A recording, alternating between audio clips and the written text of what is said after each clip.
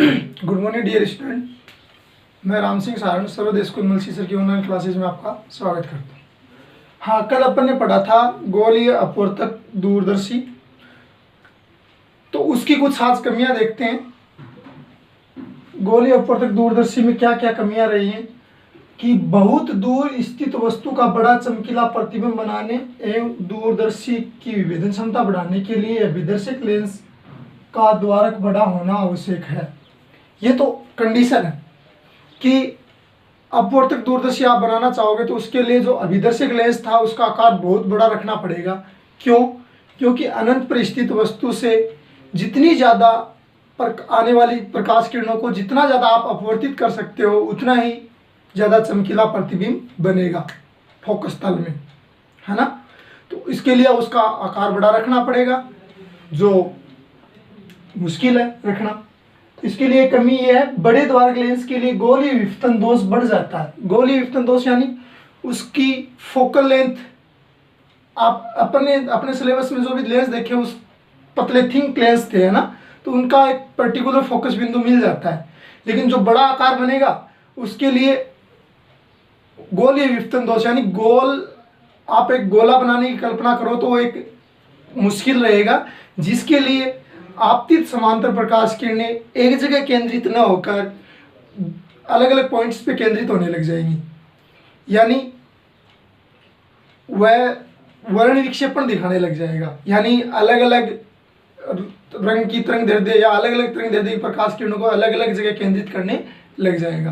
तो ये गोलीय विपतन है, यानी एक पर्टिकुलर एक फिक्स मुख्य अक्ष पर फिक्स फोकस बिंदु नहीं मिल पाएगा। तो ये इसको कहते हैं गोलीय विपतन दोष, जो बनाना बहुत कठिन होता है। तो बड़े द्वारक का लेंस बनाना भी कठिन है ना। और बड़े द्वारक लेंस के कारण वर्ण विपतन दोष बढ़ जाता है। वर्ण विपतन दोष जो अभी मैंने बताया ये कि अलग अलग रंग की प्रकाश किरणों को अलग अलग जगह केंद्रित करेगा, जिससे वह फोकस तल में एक जगह केंद्रित ना होकर कई जगह केंद्रित होंगी, है ना। क्योंकि एक रंग की प्रकाश किरणें तो आ ही नहीं रही, श्वेत रंग की प्रकाश किरणें आएंगी तो उनके लिए अलग अलग जगह पर केंद्रित होंगी वो, तो उसके लिए फिर ब्राइट चमकीला प्रतिबिंब बनाना कठिन रहेगा। तीसरा, बड़े द्वारक का लेंस महंगा होता है। हाँ, दूसरी ये बात भी सही है कि बड़े द्वारक का लेंस आप उसमें लगाओगे तो वो महंगा भी पड़ेगा, कॉस्टली होता है। बड़े द्वारक लेंस का अपवर्तक दूरदर्शी में व्यवस्थित करना भी कठिन होता है। उनको जब उस धातु की पाइप में सेट करोगे तो वो भी कठिन है, और उसको एक जगह से दूसरी जगह ले जाना भी कठिन है ना। तो इस वजह से ये कुछ कमियां हैं इसके अंदर। और एक और बात सीख सकते हो, जो लास्ट प्रतिबिंब बनाता है वो उल्टा बनाता है। तो पांचवी ये भी कमी है कि लास्ट प्रतिबिंब बनाता है वो उल्टा बनाता है, तो उसके लिए समझना भी कठिन है ना। तो अंतिम प्रतिबिंब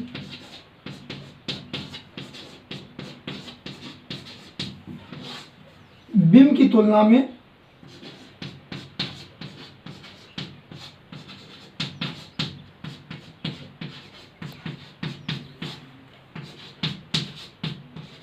उल्टा होता है।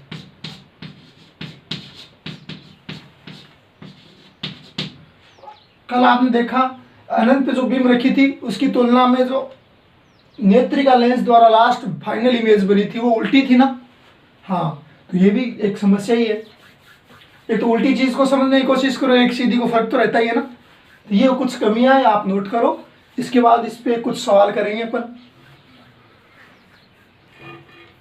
हाँ, एक क्वेश्चन देखो, एक अपवर्तक दूरदर्शी सामान्य दूरी के लिए व्यवस्थित है। सामान्य दूरी बोले तो अनंत, अंतिम प्रतिबिंब अनंत पर है। क्वेश्चन में ये बात भी दे दी कि अंतिम प्रतिबिंब कहाँ बन रहा है, अनंत पर बन रहा है, जिसकी आवर्धनता 5 है। किसकी? इस अपवर्तक दूरदर्शी की। देखो इसकी आवर्धनता बढ़ती कैसे है, इसकी आवर्धनता दृष्टिकोण बढ़ने के साथ बढ़ती है। ये नहीं कि ये सूक्ष्मदर्शी द्वारा उसको आवर्धित करता है ना।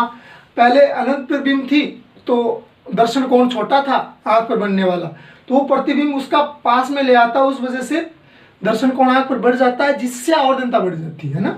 इसका आवर्धनता बढ़ने का कारण ये, इसका मतलब ये मत समझ लेना ये आवर्धनता होती नहीं है। आवर्धनता तो होती है, हमने कल देखा भी था, लेकिन वो प्रतिबिंब की दूरी बिंब के बीच की दूरी से कम हो जाती है ना। पहले अनंत पर बीम थी तब आप आंख से देख रहे थे, फिर उसका प्रतिबिंब बना दिया तो वो पास में बनने लग गई ना, तो उससे दृष्टिकोण बढ़ जाता आंख पर। तो इस स्थिति में दूरदर्शी की लंबाई 150 मीटर दे दी। कब?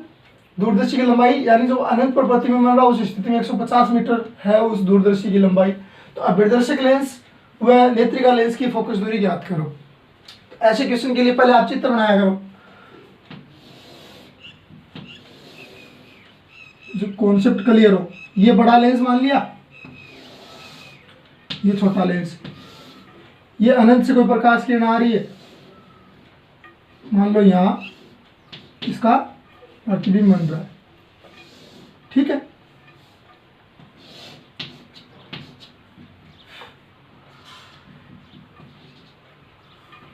ये ऑब्जेक्टिव लेंस यानी अभिदर्शक लेंस, और ये इसकी फोकल पॉइंट, फोकस तल में तो बनता है, ये फोकस बिंदु हो गया, यानी ये दूरी होगी आपके पास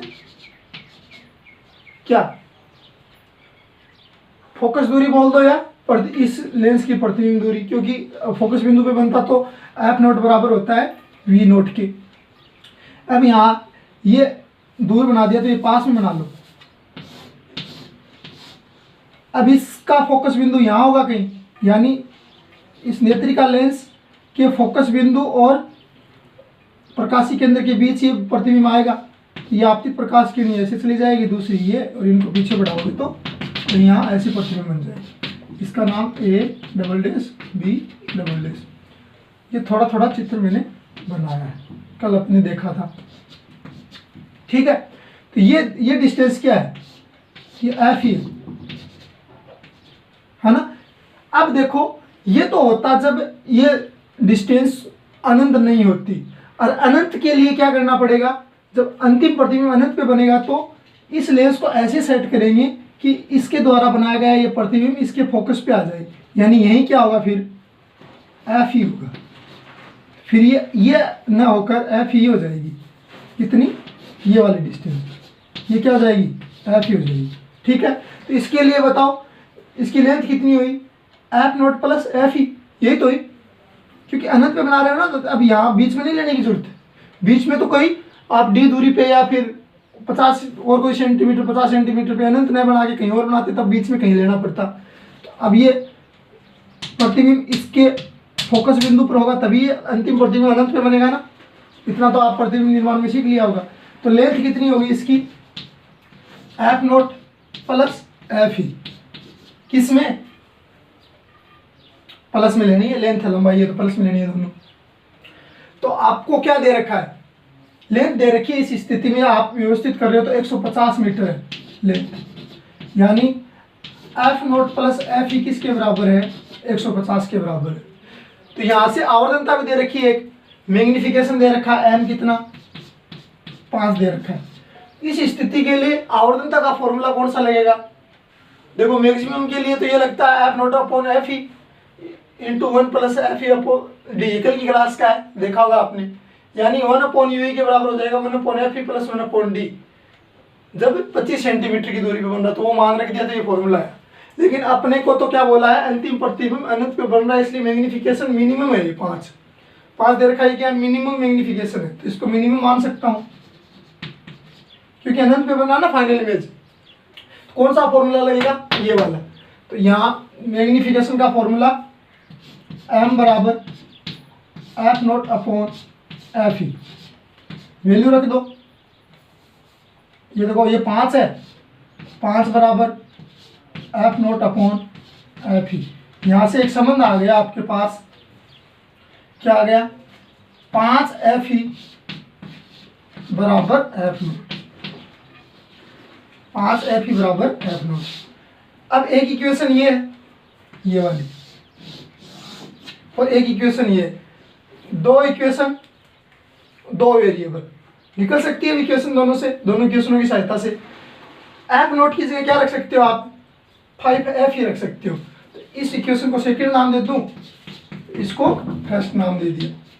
तो इक्वेशन सेकंड से एफ नोट का मान इक्वेशन फर्स्ट में रखने पर देखो 150 मीटर बराबर एफ नोट की जगह क्या लिख दो, 5 एफ ही लिख दो, प्लस एफ ई, ये कितने हो गए 6 एफ ई होगी, 150 बराबर 6 एफ ई।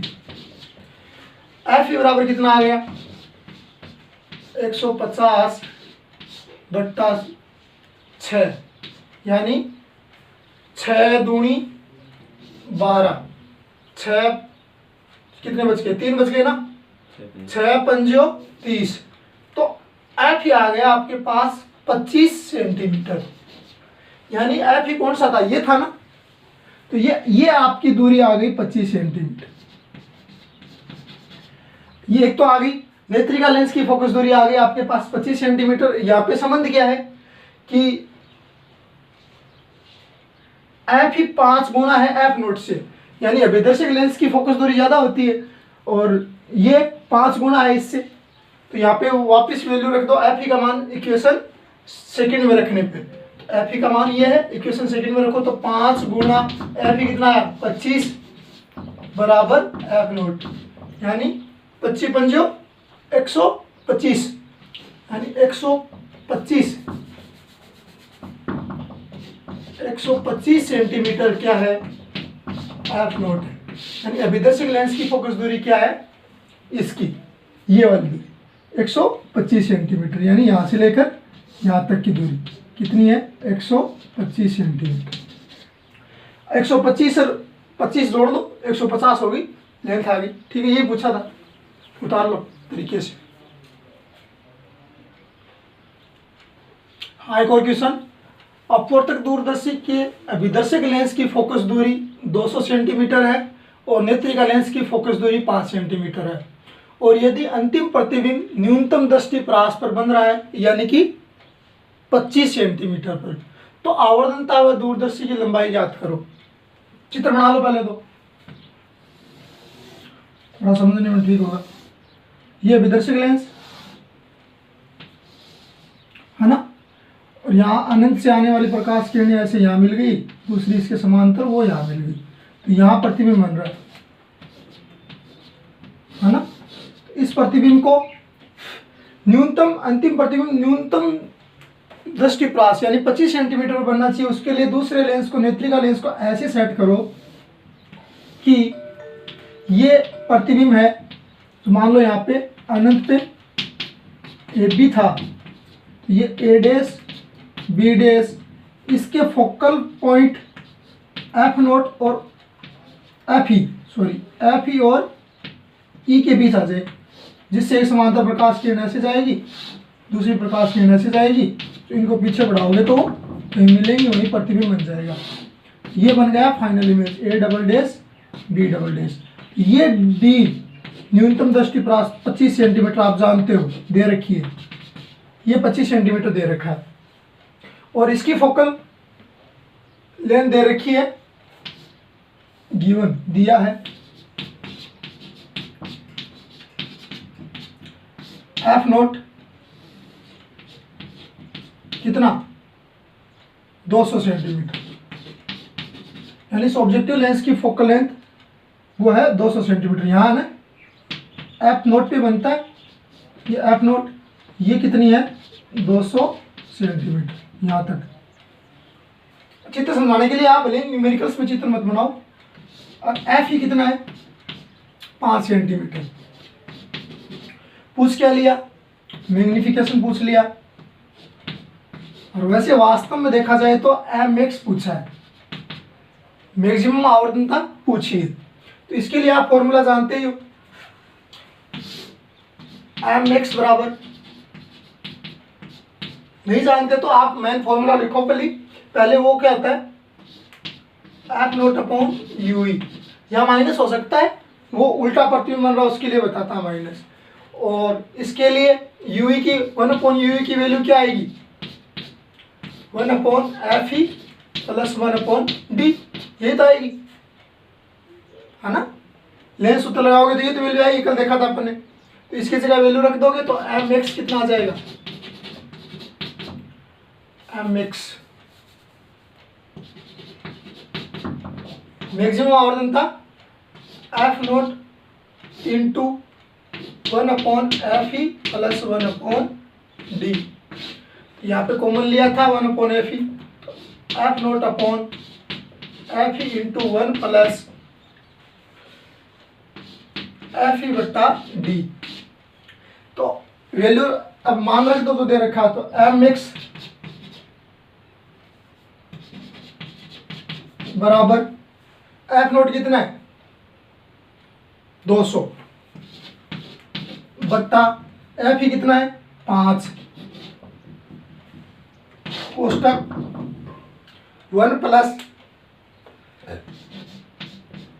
ये एफ ई कितना 200 नहीं सॉरी 5 एफ ई तो 5 ही है ना, 5 बट्टा 25, ये इधर भाग किया 5 का तो 520 इंटू 1 प्लस 1/5, तो 40 का अंदर गुणा करा दो, 40 का अंदर गुणा कराओगे तो 40 प्लस 40 बट्टा 5, यानी आपके पास आ गया 40 प्लस 5 अट्ठा 40, यानी कि 48 सेंटीमीटर में लगा देना गुणा। तो ये सेंटीमीटर नहीं आया, ये क्या है गुणा, माइनस आ जाता तो ये कोई दिक्कत नहीं, माइनस भी यानी अपोजिट डायरेक्शन बताता कि बीम जैसे उसके अपोजिट डायरेक्शन में 48 गुणा आवर्धित किया है। ठीक है, मैग्निफिकेशन आ गया, फर्स्ट पार्ट ये पूछा था आवर्धन, ये आपने निकाल ली। अब दूरदर्शी की लंबाई पूछ रहा है, तो दूरदर्शी की लंबाई इस समय क्या होगी, ये है यूई, देखो इसके द्वारा बनाया गया प्रतिबिंब इसके फोकल तल में बनता है ना, फोकल प्लेन में, ये फोकस प्लेन में है, तो ये फोकस दूरी यानी एफ नोट प्लस यहाँ से डिस्टेंस ये इतनी क्या है यूई, तो एफ नोट प्लस यूई। इस न्यूनतम दृष्टि परास पर जब अंतिम प्रतिबिंब बनती है तो दूरदर्शी की लंबाई एफ नोट प्लस यूई होती है। वैसे सामान्य स्थिति में ज़्यादातर बुकों में एफ नोट प्लस एफ ही मान रखा है, लेकिन ये भी तो लंबाई हो सकती है। तो लेंथ कितनी हो जाएगी, कहाँ करूँ, मिटा दूँ क्या इसको, चलो आवर्धनता निकाली, एक पार्ट हो गया।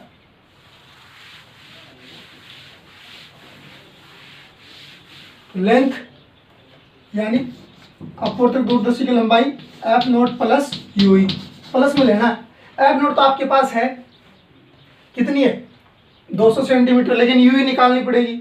यूई निकालोगे तो वही लेंथ सूत्र निकालो, लगाओ 1/v माइनस 1/u बराबर 1/f। अब ये यूई किसकी डिस्टेंस है, नेत्रिका लेंस की, तो इस लेंस पर ही अपन क्या लगाएंगे, लेंस सूत्र लगाएंगे। तो 1/v यानी v कितनी अंतिम प्रतिबिंब इसके द्वारा बनाएगी, इस बीम का प्रतिबिंब ये बन रहा है इस लेंस के लिए, तो ये बीम ही है, इसका प्रतिबिंब कितनी दूरी पे बन रहा है d दूरी पे, तो ये क्या कितनी आ जाएगी 25, तो -25 रखेंगे, क्यों उधर अपोजिट डायरेक्शन बन रही है ना, माइनस 1/u, u भी क्या है आपतित प्रकाश किरण की दिशा ये है, और उसके अपोजिट डायरेक्शन मान रहे हो, तो ये भी क्या आ जाएगी माइनस की आ जाएगी, तो माइनस माइनस हो गया प्लस 1/u बराबर 1/fe। fe का मान कितना है, fe का मान 5 है, तो यहाँ से 1/u रख लो बराबर 1/5 प्लस 1/25, एलसीएम ले लो, 1/u बराबर आ गया 25, एलसीएम आ गया, 5 का भाग दिया 25 में, 5 प्लस 1 यानी 1/u किसके बराबर आ गई 6/25 के, तो u बराबर कितना आ गया 25/6, u आ गया 25/6, 6 का भाग दोगे 6 चौक 24, 1 बच गया, 0.0 लगाया, 6 एकम 6, 4 बच गया, 6 पंजो 30, 6 36, 4.16, आगे और भी आएगा 1.66 सेंटीमीटर। ये माइनस में आया, इसका मतलब विपरीत दिशा के लिए आया कि आपकी प्रकाश किरण की विपरीत दिशा में, या माइनस लगाओगे तो माइनस में भी आ सकता, कोई वो बड़ी बात नहीं। अब अपने को लेंथ निकालनी है, तो एफ नोट तो अपने पास है ही, और एफ ही का मान और रख दो, तो लेंथ क्या आ जाएगी, ये मान रख दो यहाँ पे, तो लेंथ एल बराबर एफ नोट कितनी 200 प्लस एफ अभी भी आपने निकाला 4.166, तो ये आ जाएगा 204.166 सेंटीमीटर, इतनी लंबी होगी वो अपवर्तक दूरदर्शी। ये ठीक है, देख लो, ये 6 चौक 24, 6 एकम 6, 4 बच गए, 40 हो गए, 6 6 36 6, हाँ ठीक है, उतार लो ये, ठीक। अब देखो परावर्तक दूरदर्शी, यानी नाम से पता चल रहा है इसमें परावर्तन का कॉन्सेप्ट यूज करके अपन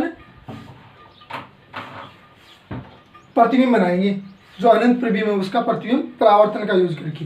इसकी जरूरत क्यों पड़ी, क्योंकि इसमें अब ऑब्जेक्टिव लेंस यानी विदर्शक लेंस की जगह परवलयाकार अवतल लेंस का उपयोग करेंगे, जिससे क्या फायदा होगा, उसमें दर्पण में प्रकाश परावर्तित होकर जाती है, तो वो चाहे किसी भी रंग की हो वो एक जगह ही मिलती है, उसमें वर्ण विक्षेपण नहीं होता रंग का, यानी एक अपवर्तित होकर अलग अलग बिंदुओं पे नहीं मिलती है ना। तरंग दैर्ध्य का कोई इश्यू नहीं है, यानी किसी भी तरंग दैर्ध्य का प्रकाश आपतित हो सारी एक जगह ही मिलती है। परावर्तन में उनका वेग चेंज नहीं होता, क्योंकि वो उसी वेग में उसी में जाती है ना वापस, समझ रहे होंगे, अलग अलग डाइवर्ट नहीं होती। तो इसके लिए क्या करोगे, एक परवलयाकार, ये हो गया परवलयाकार दर्पण, अवतल दर्पण, जिसका नाम दे दिया मैंने M1, ये उसकी मुख्य अक्ष, यहाँ मान लिया मैंने फोकस बिंदु।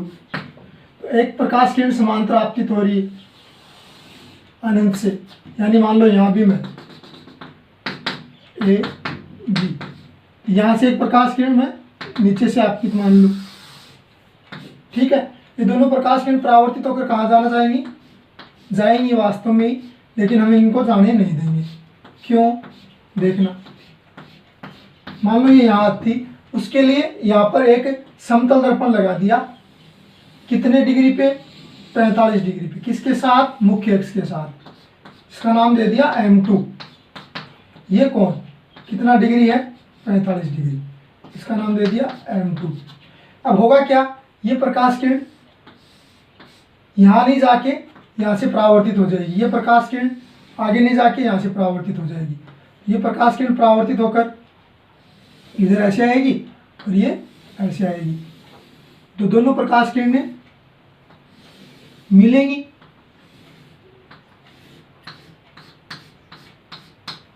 मान लो आगे बढ़ाते जाओगे ये मिलेंगी कहीं, ठीक है।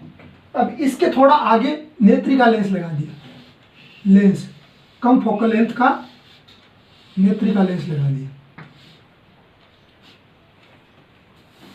इस लेंस को थोड़ा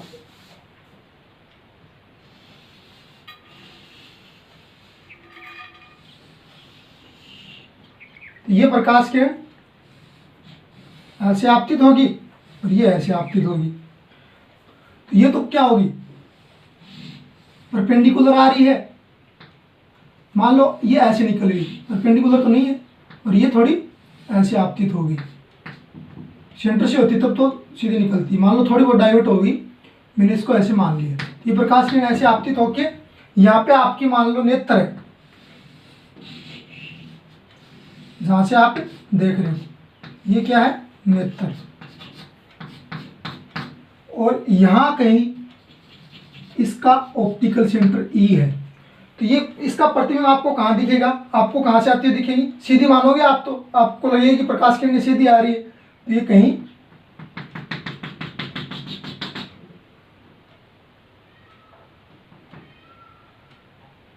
ये थोड़ी सी डाइवर्ट होगी, मान लो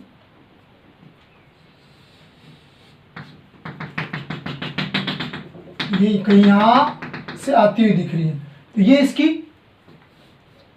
मुख्य अक्ष, किसकी, लेंस की।